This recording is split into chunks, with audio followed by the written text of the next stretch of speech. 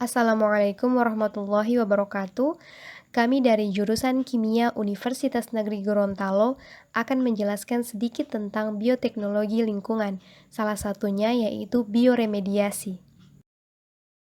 Pokok pembahasan proses bioremediasi yang akan kami jelaskan terdiri dari 5 poin. Yang pertama yaitu pengertian, berisi penjelasan singkat mengenai apa yang dimaksud dengan bioremediasi. Yang kedua yaitu peran mikroba. Yang ketiga, strategi dan teknik dalam proses bioremediasi khususnya secara in situ dan ex situ. Yang keempat, keuntungan dan kelemahan dari proses bioremediasi. Dan yang terakhir yaitu aplikasi bioremediasi di Indonesia. Pokok pembahasan pertama yaitu pengertian bioremediasi. Bioremediasi secara harfiah berasal dari kata remediate dan bio. Remediate artinya pemulihan, sedangkan bio artinya makhluk hidup. Bioremediasi diartikan sebagai respon biologis menuju perbaikan substrat pada lingkungan yang telah rusak atau tercemar. Menurut Hammer, bioremediasi adalah penggunaan organisme yang hidup, utamanya mikroorganisme, untuk menguraikan pencemar di lingkungan menjadi bentuk pencemar yang kurang berbahaya atau bahkan tidak berbahaya. Pembahasan selanjutnya, peran mikroba dalam proses remediasi.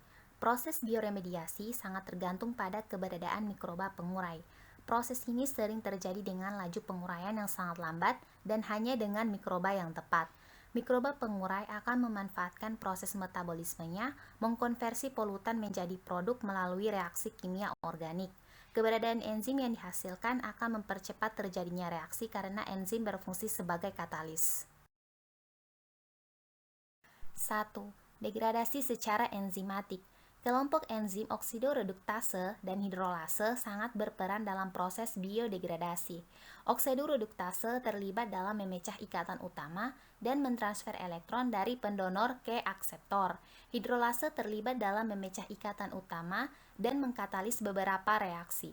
Enzim yang termaksud hidrolase dan berperan dalam proses biodegradasi adalah lipase, selulase, dan protease. 2. Faktor pembatas degradasi. Terminal elektron aseptor seperti molekul oksigen, nitrat, mangan, dan karbon dioksida diperlukan untuk penyediaan energi. pH tempat tumbuh kisaran 6,5 sampai 7,5 sangat cocok bagi mikroba pengurai. Suhu lingkungan tumbuh, suhu optimal ditentukan oleh sifat dan karakteristik mikroba. Struktur tanah terdiri dari fraksi pasir, debu, dan tanah liat. Jumlah pori-pori ditentukan oleh komposisi ketiga fraksi tanah. Air dan kelembapan tanah. Nutrisi secara umum komposisi sel mikroba terdiri dari karbon, nitrogen, fosfor, kalium, sulfur, besi, kalsium, magnesium, dan klorida. Bioavailabilitas terjadi ketika polutan yang terikat dalam tanah dapat dilepas atau dipindahkan ke dalam sel mikroba melalui proses difusi polutan dan agregat tanah. Keberadaan senyawa lain yang bersifat toksik. Strategi bioremediasi. Yang pertama, bioremediasi in situ. Bioremediasi in situ merupakan teknik penguraian di mana senyawa berbahaya diurai secara biologi di lingkungan asalnya.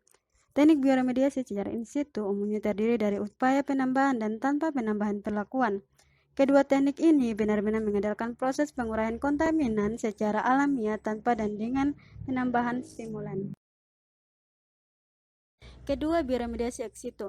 Bioremediasi ex situ adalah teknik penguraian senyawa berbahaya yang didahului dengan upaya pemindahan polutan ke lokasi lain. Tiga teknik bioremediasi ex situ yang umum digunakan untuk tanah yang terkontaminasi adalah land farming, composting, dan biofuels. Teknik bioremediasi dengan land farming. Land farming atau juga disebut mekanisme pengolahan tanah mengandalkan mikroba aerobik sebagai agen pengurai. Teknik ini sangat cocok untuk penguraian jenis senyawa kontaminan yang memiliki sifat fisika tidak mudah menguap. Pengolahan tanah dilakukan secara periodik dengan harapan agar mikroba aerobik secara aktif hidup dan melimpah.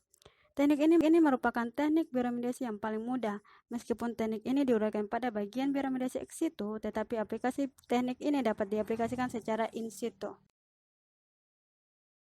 Ketiga, bioremediasi biostimulasi. Bioremediasi secara biostimulasi dilakukan dengan cara memberikan tambahan nutrisi, elektron akseptor, dan oksigen untuk menstimulasi perkembangbiakan mikroba. Dengan kata lain, biostimulasi dilakukan dengan memodifikasi lingkungan agar diperoleh kondisi optimal sehingga indigenous mikroba mampu berperan sebagai agen pengurai.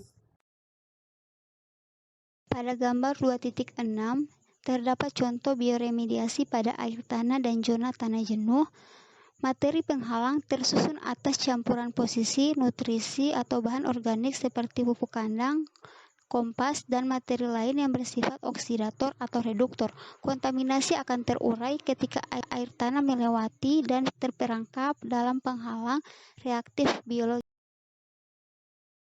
Yang keempat, bioremediasi bioaugmentasi. Terdapat 2 poin. Yang pertama, bioremediasi terkadang memiliki laju penguraian yang rendah bila hanya dilakukan oleh mikroba lokal. Yang kedua, mikroba berasal dari luar yang ditambahkan harus ditabur secara merata.